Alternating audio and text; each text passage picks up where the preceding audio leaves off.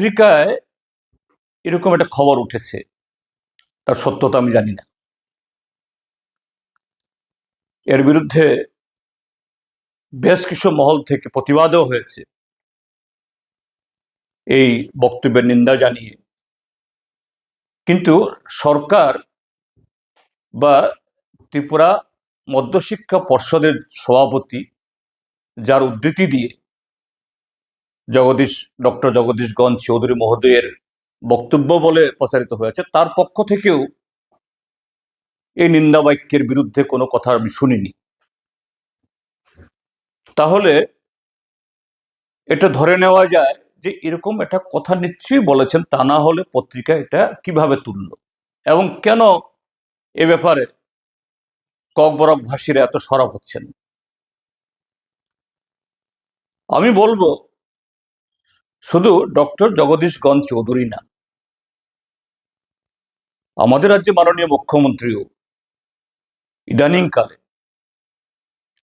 Kokborok script নিয়ে যেভাবে তিনি তার ইচ্ছা স্বেচ্ছাচারিতা চাপিয়ে দেওয়ার চেষ্টা করছেন, এটা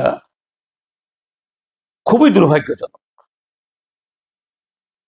এই ভারতীয় জনতা পার্টি 2018 বিধানসভা নির্বাচনে তাদের ইস্তেহারে, 2023-এও প্রায় একই রকমে তাদের বিভিন্ন বক্তব্যে তারা এই রোমান স্ক্রিপ্টের কথা বলেছেন, তার পক্ষে সওয়াল করেছেন।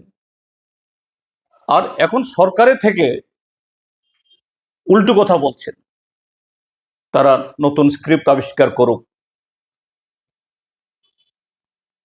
রোমান স্ক্রিপ্ট এটা বিদেশি স্ক্রিপ্ট। তাহলে আপনাদের ছেলে মেয়ে বা আপনারা নিজেরাও কেন এই ইংলিশ মিডিয়াম স্কুলে পড়লেন? কেন নতুন নতুন স্কুল ইংলিশ মিডিয়ামে পরিণত করছেন? কাজে ইংলিশ মিডিয়াম আপনি পড়ছেন, তখন এটা বিদেশি হয় না। এখন আরেকটা ভাষাভাষীর লোক তারা চাইছেন এই স্ক্রিপ্টে তাদের ভাষা লেখ্যরূপ প্রদান করা হোক, তখন অন্য কথা বলছেন। এটা দুর্ভাগ্যজনক। এটা একরকমের আগুন নিয়ে খেলা। আর যদি বলে থাকেন এই মাধ্যমিক শিক্ষা বোর্ডের চেয়ারম্যানের পদাসীন একজন ব্যক্তি যদি বলে থাকেন রোমান স্ক্রিপ্টে লিখলেই অ্যাফেয়ার করা হবে, এটা তো চরম স্বৈরাচারী বক্তব্য, অটোক্রেটিক। এভাবে বলা কোনো ভাষার সংস্কৃতি নিয়ে কোনো জনগোষ্ঠী, তাদের সংখ্যা কত বড় কত ছোট, এটা প্রশ্ন নয়। কিন্তু এত অসহিষ্ণুতা এটা হওয়া উচিত নয় যে যে কোনো ভাষার সংস্কৃতি সেই জনগণের ইচ্ছাকে মান্যতা দিয়েই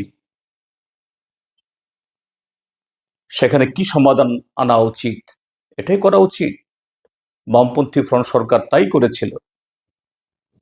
ককবরক এবং রোমান দুটোতেই সেখানে পরীক্ষা দেওয়ার, পরীক্ষা বসার, বই লেখার এ সুযোগ ছিল। সরকারের উদ্যোগে বহু বই ছেপে বেরো হয়েছে এবং বলা হয়েছিল ভবিষ্যৎ ত্রিপুরা ককবরক ভাষীরা তারাই ঠিক করবেন তাদের স্ক্রিপ্ট কি হবে, সরকার চাপিয়ে দেবে না।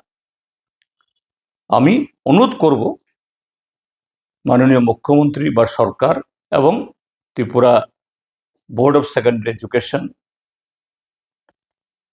তার সভাপতি মহোদয়কেও এরকম অযাচিত কথা বলে শুধু শুধু পরিস্থিতিকে উত্তপ্ত করে এতে যে ক্ষতি ছাড়া বা ভাষা বা সামগ্রিকভাবে আমাদের শিক্ষা উন্নয়ন বা প্রসারের উদ্যোগ এটাকে পিছিয়ে দেওয়া ছাড়া কিছু হবে না। এটা এক ধরনের স্বেচ্ছাচারী পদক্ষেপ বা বক্তব্য, এগুলা থেকে সরকার এবং বোর্ড তারা বিরত থাকুন।